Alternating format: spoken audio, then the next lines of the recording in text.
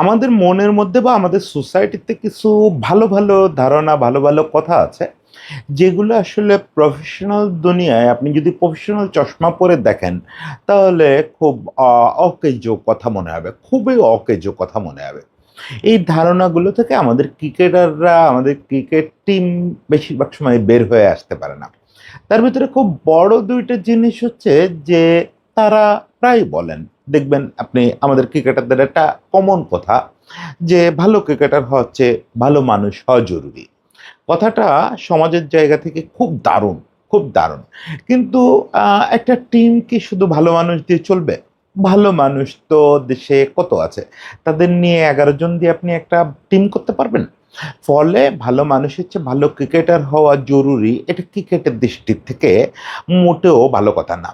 ওখানে ভালো মানুষ ভালো ক্রিকেটার দুটো একই সঙ্গে হতে হবে, কোনো বিকল্প নাই, আপনাকে ভালো ক্রিকেটারও হতে হবে। একই রকম আমাদের এই যে ক্যাপ্টেনরা প্রায় বলেন আমি নিজেরে নিয়ে চিন্তা করি না। কেন রে ভাই, আপনি নিজেরে নিয়ে চিন্তা করেন না, এটা তো ভয়াবহ খারাপ ব্যাপার। আপনি তো ইলেভেনে একটা জায়গায় খেলতেছেন, আপনি তো দলে মেন্টর হিসেবে নাই যে দলকে নিয়ে শুধু চিন্তা করবেন, আপনার নিজেকে নিয়ে চিন্তা করতে হবে।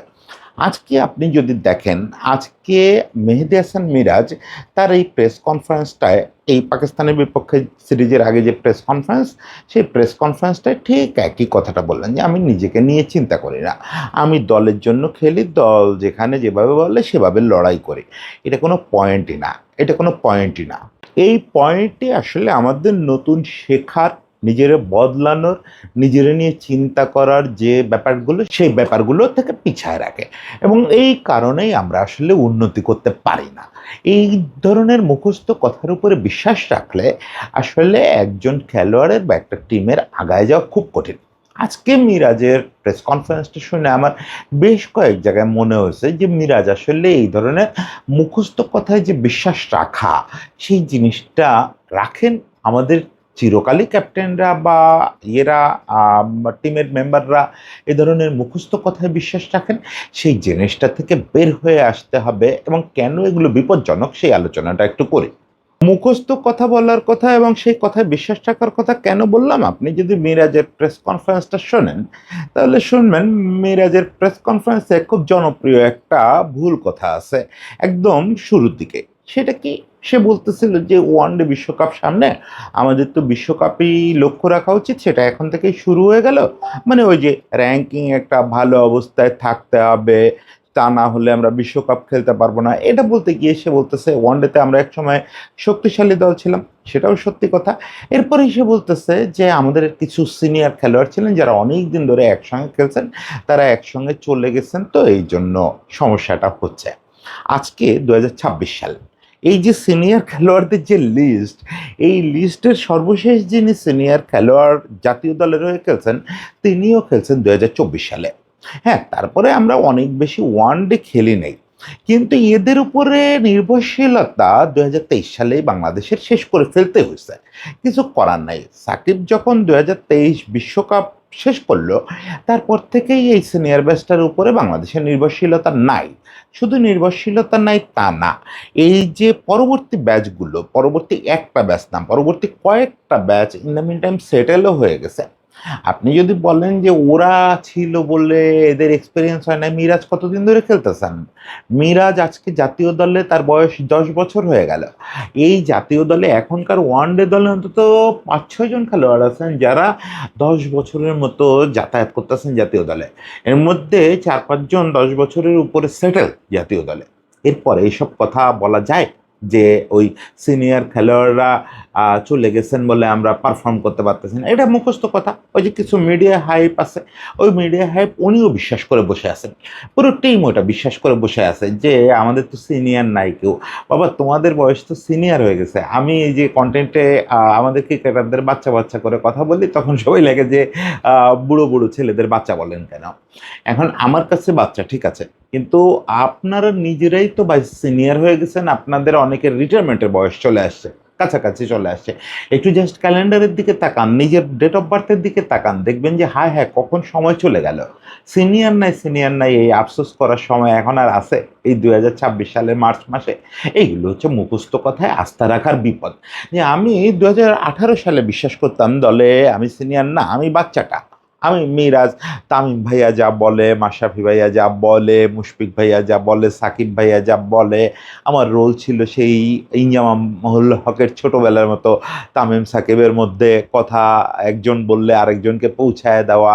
না ভাই, এখন আপনি নিজে তামিম, আপনি নিজে সাকিব, আপনি ওই বয়সে চলে গেছেন, এখন ওই উচ্চতায় কেন যাইতে পারেন নাই?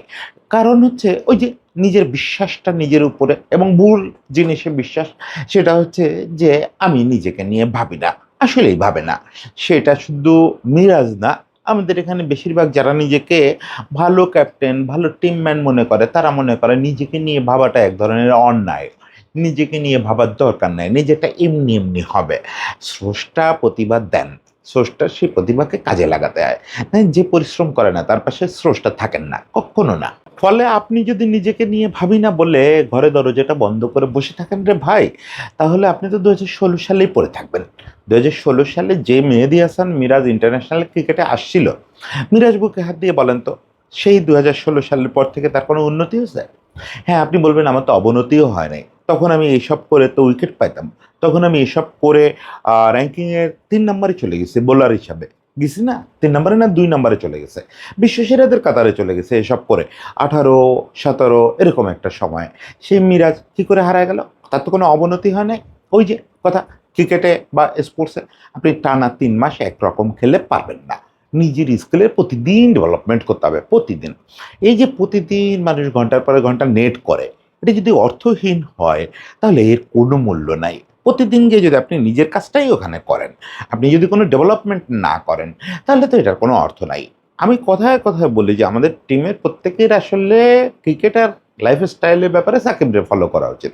সাকিব জীবনেও ঘন্টার পরে ঘন্টা নেট করতো না। সাকিব প্রতিদিন একটা টার্গেট নিয়ে নেটে যেত, যে আজকে আমি আমার কাভার ড্রাইভটা এই একটু চেঞ্জ করে দেখবো, এইভাবে একটা 4 বেরোয় কিনা ও আন্দাজ করে নিত, যে এরকম হইলে এরকম সুইট টাইমিং হলে নেটের অমুক জায়গায় যে লাগলে আমি বুঝবো 4 হচ্ছে। এখন ওইটা যতক্ষণ না হচ্ছে, সেটা হতে পারে 5 বল 6 বল, খুব বেশিক্ষণ লাগতো না, তার মধ্যে এটা হয়ে গেলে ও নেট টেট বন্ধ করে ওর মতো প্র্যাকটিস শেষ করে গিয়ে হয়তো দৌড়াইতো, জিম করতো, এই করতো, নেট আর করবে না। আর বোলিংয়ে ওই একই রকম, বলে একটা হয়তো নতুন কিছু করতে চাচ্ছে।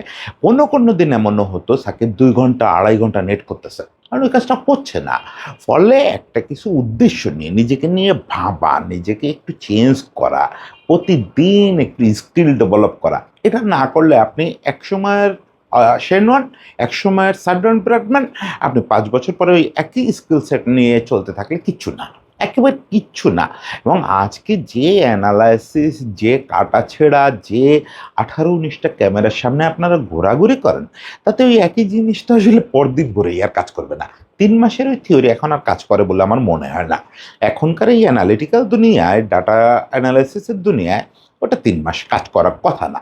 এখন মিরাজ যদি নিজের দিকে দেখেন, তাহলে মিরাজ 2016 সালের পরে তো নিজেরা নিয়ে আসলে ভাবেন নাই, একবারও ভাবেন নাই।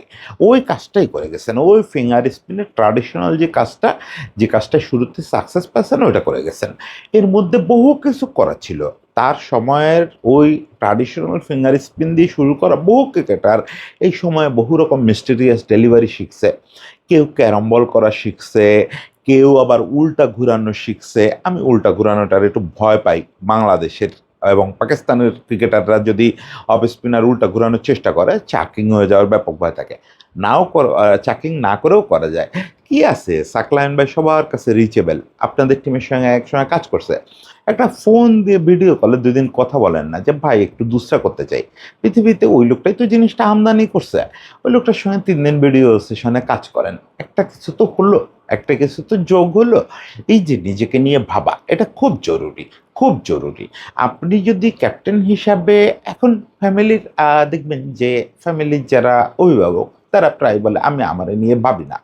বিশেষত এটা ফ্যামিলির নারী অভিভাবকরা এটা করেন, এবং আসলেই তাই করেন, তারা নিজেরা নিয়ে ভাবেন না।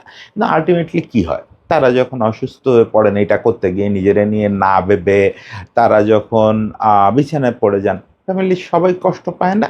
ফ্যামিলির সবার উপর দিয়েই তো ওই ঝড়টা যায়। এই জন্য ক্যাপ্টেনের নিজেরে নিয়ে সবচেয়ে বেশি ভাবতে হবে। আপনি টিম নিয়ে ভাববেন, আপনি নিজেরে নিয়ে ভাববেন, এটার ব্লেন্ডিংটা করতে জানতে হবে। আপনার কাছে অনেকগুলো সুইচ থাকতে হবে রে ভাই, অনেকগুলো সুইচ, কোনটা কখন অফ অন অফ অন একটা কন্ট্রোল প্যানেলের মধ্যে থাকতে হবে। আপনি যদি সব সময় ক্যাপ্টেন হয়ে থাকেন যে আমি দলের ক্যাপ্টেন, আমাকে সন্ন্যাসীদের মতো ভাবতে হবে, সেলফিশ হওয়া যাবে না, নিজেরে নিয়ে ভাবা যাবে না, নিজের ডেভেলপমেন্ট করা যাবে না, নিজের জন্য কাজ করা যাবে না, ও মোটেও না রে ভাই। ওই সুইচগুলো নির্দিষ্ট সময় সময় অফ অন করতে হয়। আপনি যখন ব্যাট করতে যাবেন, আপনি তখন ক্যাপ্টেন থাকতে পারবেন না, সুইচটা অফ করে দিতে হবে। আপনি যখন ফিল্ডিং করবেন, তখন আপনি ক্যাপ্টেন। আপনি যে মুহূর্তে আবার বল হাতে তুলে দিলেন, ওই সময় ক্যাপ্টেন আর বোলারের একটা কম্বিনেশন থাকতে হবে আপনার। বড় বিচিত্র জায়গা, ড্রেসিং রুমে আপনি পূর্ণাঙ্গ ক্যাপ্টেন। আবার যখন আপনি ব্যাট করতে যাবেন, তার আগে আগে আপনি নিজেকে ব্যাটসম্যান হিসেবে ভেবেই আপনার ওইটাই করতে হবে। এগুলো সিলি সিলি কথা বললাম, মানে সিলি না, ছোট্ট ছোট্ট কথা বললাম, কিন্তু ক্যাপ্টেন লাইফ ফেজটাই এরকম যে কখনো এই সুইচ বন্ধ করতে হবে, কখনো ওই সুইচ চালু করতে হবে। এমনকি আপনার প্রতিদ্বন্দ্বী ক্রিকেটারকে তার চেয়ে আপনার ঠিক কোথায় কোথায় ডেভেলপ করলে দলের জায়গা থাকবে, সেটাও আপনাকে ভাবতে হবে। যে আপনার জায়গা কে নিতে পারে, নাসুম নিতে পারে, মেহেদি নিতে পারে, যারা ইনফ্যাক্ট আপনার জন্য ডিপ্রাইভড হচ্ছে বলেই তো অনেকে মনে করে যে তারা ওই জায়গাটার দাবিদার। তো তাদের চেয়ে আপনার আগায় গেলে, মানে একাদশের জায়গাটা পারফরমেন্স দিয়ে ধরে রাখতে গেলে কি কি করতে হবে এটা ভাবতে হবে। আপনি যদি ভাবেন যে ওরা আমার টিম মেম্বার, ওরা আমার স্কোয়াডে আছে, আমি ওদের কিভাবে প্রতিদ্বন্দ্বী ভাবি, তাহলে তো আপনি শেষ রে ভাই। এগুলো মেলোড্রামাটিক চিন্তা, সিনেমার জন্য ভালো। বা আমরা যখন কাব্য করি, আমাদের বিশেষ করে যখন ফিচার টিচার লিখতাম, তখন ভাল লাগে এগুলা, যে একজন ক্যাপ্টেন দলের জন্য নিজেকে এতটাই উজাড় করে দেয় যে সে নিজেরে নিয়ে ভাবে না। কিন্তু এটা টিমের জন্য একটা সর্বনেশে ব্যাপার, শুধু টিমের জন্য না, খেলাধুলার জন্য একটা সর্বনাশা ব্যাপার। কারণ হচ্ছে আপনার নিজেকে নিয়ে ভাবতে হবে, নিজের ডেভেলপমেন্ট করতে হবে, তবেই আপনি কেবলমাত্র দলের সেরা পারফর্মার হবেন, ক্যাপ্টেন হবেন এবং দলের উন্নতি হবে। আবারও বলি, সেই সাকিব আল হাসানের দিকে যান। সাকিব আল হাসানের আমার আবার একটা সমস্যা হয়ে গেছে, সাকিবের এইসব ফিলোসফিক্যাল বিষয় নিয়ে কথা বলতে গেলে নিজের থেকে বারবার রেফারেন্স দিতে হয়। আমি ওই যে সাকিবের সেই বিখ্যাত যে বড় ইন্টারভিউটা নিয়েছিলাম, সেটার কথা বলি, ওখানে ক্যাপ্টেন্সি নিয়ে সে কিছু কথা বলছিল। তার ভিতরে একটা এরকম ছিল যে ক্যাপ্টেন্সি মানে এই না যে 24 ঘন্টা আপনি অন্যরে অনুপ্রাণিত করার কাজে ব্যস্ত রাখবেন, আপনার নিজেরেও ডেভেলপ করতে হবে। বরং ক্যাপ্টেন্সি মানে এই যে অনফিল্ড আপনি কত ভালো পারফর্ম করতে পারেন, বাকিটা আসলে অতটা আপনার নিয়ন্ত্রণে নাই। আপনি ওইটার পিছনে যদি খুব বেশি এফোর্ট দিতে চান, যে খেলোয়াড়দের অনুপ্রাণিত করতে হবে, খেলোয়াড়দের বন্ডেড রাখতে হবে, খেলোয়াড়দের জন্য জীবন দিতে হবে, তাহলে আপনার খেলা শেষ হয়ে যাবে, টিমের ক্ষতি হবে। এই যে চিন্তাটা, এই চিন্তাটা যদি না করেন ভাই, তাহলে ওই আটকে থাকবেন, বহু আগের যুগে আটকে থাকবেন। বাংলাদেশে ওই আধুনিক জায়গায় চিন্তা করতে পারছে একটা মাত্র লোক, তো তারে ফলো করেন, তারে চিন্তার জায়গা থেকে ফলো করেন। খেলার জায়গা থেকে ফলো করা তো খুব কঠিন, চিন্তার জায়গা থেকে ফলো করেন। এইসব মুখস্থ নীতিবাক্য এবং সিনেমাটিক কথায় বিশ্বাস রাখেন না। তাতে এই প্রশ্নটা এই যে উঠতেছে না, এই প্রশ্নটা কিন্তু জোরদার হয়ে যাবে, মিরাজের জায়গা কোথায়। আমি এই প্রশ্নটা শোনার মতো কষ্ট আর পাই না কোনো কিছুতে। যে ছেলেটাকে এতটুকু বয়সে দেখছি এবং মনে করছি যে এই ছেলেটা একসময় পারফরমেন্স দিয়ে বিশ্ব কাঁপাবে, কাঁপাইছেও তো, সেই ছেলেটা কেন ওই জায়গায় আটকে থাকবে? এই দুঃখটা, এই কষ্টটা মেনে নেওয়া যায় না। সবাই ভালো থাকবেন, মিরাজের জন্যই অনেক শুভেচ্ছা, অনেক শুভকামনা।